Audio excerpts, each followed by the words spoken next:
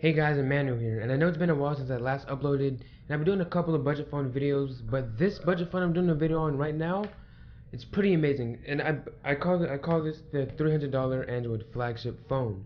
So there's a couple of reasons it's a $300 Android flagship phone, and I'm gonna get to that in this video. So just to let you know ahead of time, the link is in the description, so you can check that out if you want.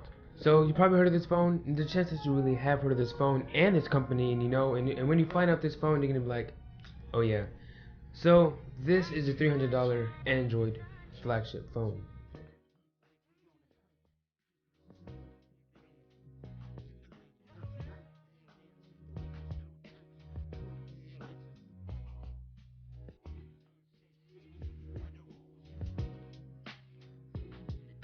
So yeah, this is the Moto G4 Plus. Amazing phone. It's almost like the Galaxy S7 but bigger, not as premium, and it's only $300 and you get a stock Android-like experience. So my experience with the phone has been downright amazing, from software to specs to camera to, everything has been great. So just to talk about performance, I'm going to get the specs out of the way just because a bunch of people are like you probably are spec heads, so let's get that out of the way right now. The Moto G4 Plus has a 5.5-inch 1080p display with a 401 ppi.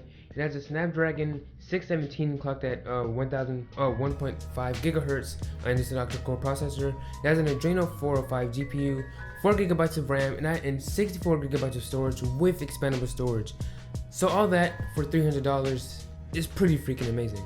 So yes, specs aren't everything, but they do affect the phone's performance, and I must say, even though these specs aren't like, whoa, wow, Snapdragon 821, Exynos 793, Exynos 889, although it's not a flagship, processor chips like that, this phone still performs amazing. Everything was nice and snappy in it. To be honest, it outperformed my Galaxy S7 at times, which says a lot, and has better specs than this phone and costs a lot more. Now besides performance and specs and all that, you have software, which is probably the most important piece of any piece of tech. So as we all know, Motorola is famous for bringing a stock Android-like experience on some amazing phones, and I never got to experience it. But with my 1 month use, or probably even 2 months use with the Moto G4 Plus, oh yeah, I experienced it. And yes, I'm a firm believer in stock Android now, and I can't wait to go stock. Maybe pick up the Pixel? I don't know. We'll think about that. Even though that's not stock Android, it's up there. It's up there. So the software is kind of like a stock Android, like I said, it's in your stock Android. You don't get a lot of dazzles, bedazzle and all that other cool flashy stuff like you would with on TouchWiz. TouchWiz has tons of features, but sometimes it can be overwhelming. But the Moto G4 Plus is not just plain, you do get some features, but it's kind of basic stuff that are pretty useful. So one of the features that we all know of, I'm pretty sure even if you haven't owned a Motorola phone, you know about this feature, is the chop to flash. So that's when you chop the phone 2 times and you turn the flashlight on. You can do it again, turn the flashlight off. Another cool and quick and useful feature that the software that this phone has is a twisted camera. So on Samsung TouchWiz phones, you can easily double tap the home button and you can open the camera. But on the Moto G4 Plus, they have another shortcut like that, but instead of pressing a physical button, all you do is twist the camera, and boom, the camera's on. Then you can twist again to transition between the front-facing camera and rear-facing camera, which is actually a really neat feature. Now those 2 features are great for one thing. This phone is big. Now keep in mind, I'm coming from the Galaxy S7 and picking up the Moto G4 Plus. It's kind of, Moto G4 Plus is huge in my hands. Well, I moved from a Note 4, which is huge, upgraded to a Galaxy S7, which is small. So my hands have kind of like gotten used to the small size of the Galaxy S7. Picking up the Moto G4 Plus, grabbing things on the screen are kind of hard, so having those shortcuts to get to the apps that I use the most are great. Now another feature that I didn't even know this phone had is an always-on display, and just like the Galaxy S7, it does almost the same thing, but slightly better. So with the Moto G4 Plus, it isn't always on 24/7 non-stop like with the Galaxy S7, but it actually turns on whenever you're reaching towards it, which isn't too bad itself. Now with this, you don't only get to display stock notifications, but from my experience, I also got notifications from other third-party apps like Gmail and all that, which I can't get on the Galaxy S7's always on display without root or some kind of ROM, which I'm sure there's ROMs out there that'll let you do that. So there's also an always on display on the Moto G4 Plus, which is a great addition. It's not as cool as the Galaxy S7 because it's not always on. It activates when you reach for it, but hey, it's still pretty cool. Now, every phone has a good camera now, so it just determines on how good is it compared to what else I can get for a similar price. So this phone is $300, so in that bracket you kind of have the OnePlus 3, Alcatel Idol 4S. You can get some other phones for probably around that price as used and like that. So how's the camera on this phone? Well, I'm no camera expert. I just look at a picture and says, oh, okay, that's nice, but there's a little bit of grain. Okay, that's nice, but it's kind of washed out. So I'm super opinionated, so my thoughts may not be yours. So here's some camera samples that I took with the Moto G4 Plus. Take a look at them and let me know what you think.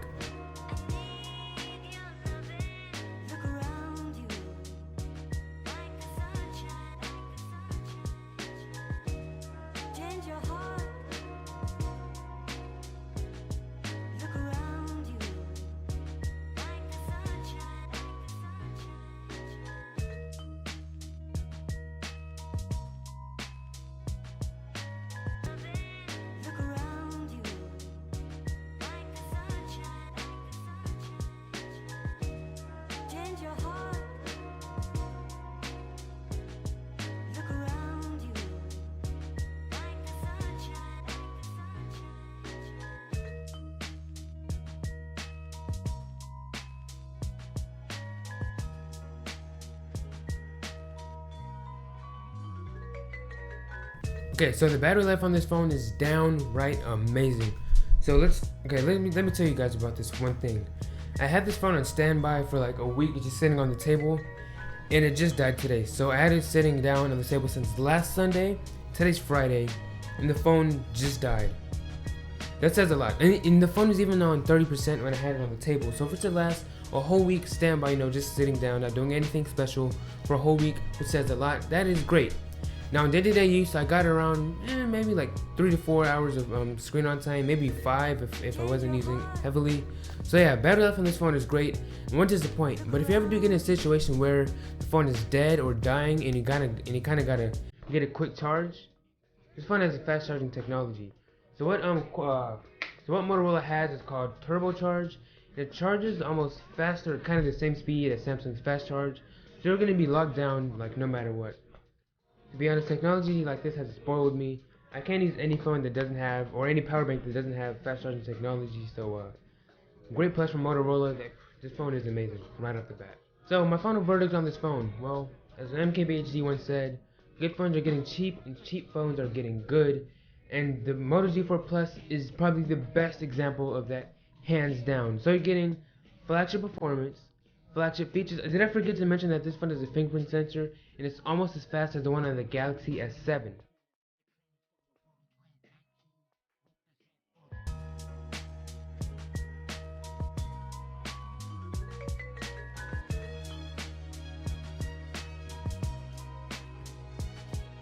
So you're getting flagship performance, great software, not premium but a good build, and flagship-like features, all for $300. And Motorola has promised to keep you guys updated with software updates even on this phone. So this phone will be getting Android Nougat, Android 7 pretty soon. So you're gonna get updates probably timely, because it's straight from Motorola.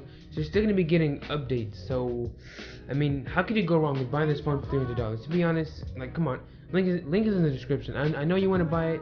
Go ahead and buy it. Great buy. You will not regret. I would be down from going from the Galaxy S7 to the Moto G4 Plus. That's how good of a phone this phone is.